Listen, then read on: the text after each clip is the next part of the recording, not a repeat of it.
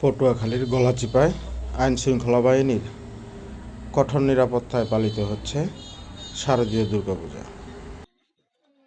পটুয়াখালীর জেলা প্রতিনিধি মাহবুব শিকদার জানান,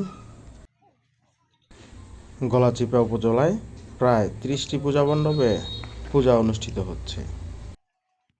এদিকে পূজা মণ্ডপগুলো পরিদর্শন করেন পুলিশের ঊর্ধ্বতন কর্মকর্তারা। এ সময় শারদীয় দুর্গাপূজার সার্বিক খোঁজ খবর নেন সহকারী পুলিশ সুপার মোহাম্মদ শহীদুজ্জামান ও অফিসার্স ইনচার্জ আসাদুর রহমান। পূজায় জমকালো আলোকসজ্জার মাধ্যমে সাজানো হয় প্রতিটি মন্দিরে ধর্মীয় রীতিনীতি মেনেই চলছে শারদীয় দুর্গাপূজা। এ সময় অতিরিক্ত পুলিশ সুপার শহীদুজ্জামান বলেন,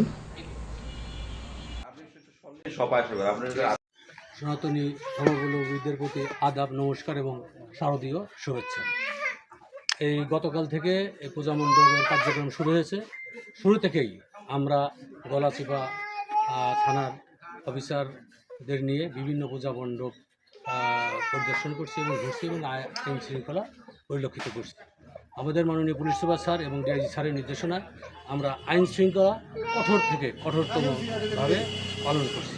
এখানে প্রতিটা পূজা মণ্ডপে পর্যাপ্ত পুলিশ ফোর্স, আনসার এবং গ্রাম পুলিশ মোতায়েন আছে এবং স্থানীয় যারা ভলেন্টিয়ার আছে তারাও এরা রক্ষণাবেক্ষণ করছে। আশা করছি যে এবার যে পূজা মণ্ডপে আমাদের আইন শৃঙ্খলা বাহিনী যে দায়িত্ব কর্তব্য পালন করছে অত্যন্ত সুশৃঙ্খলভাবে এটা পালিত হচ্ছে। আমার মনে হয় যে সনাতনী ধর্মাবলম্বী যারা আছেন তারা তাদের এই শারদীয় দুর্গা পূজা ভালোভাবে সুন্দরভাবে উদযাপন করবে এবং কোনো ধরনের বাধাবিঘ্ন ছাড়াই এটা একটা পালিত হবে। আর আমরা আইন শৃঙ্খলা বাহিনী যেভাবে আমাদের ফোর্স অফিসার মোতায়েন আছে, ঝুঁকি তো থাকতেই পারে, কিন্তু আমরা ভাবছি এবং যেভাবে এই চেষ্টা করছি যে কোনো ধরনের অপ্রীতিকর ঘটনা যেন না ঘটে, সেই জন্য আমরা সদা সর্বদা সচেষ্ট আছি।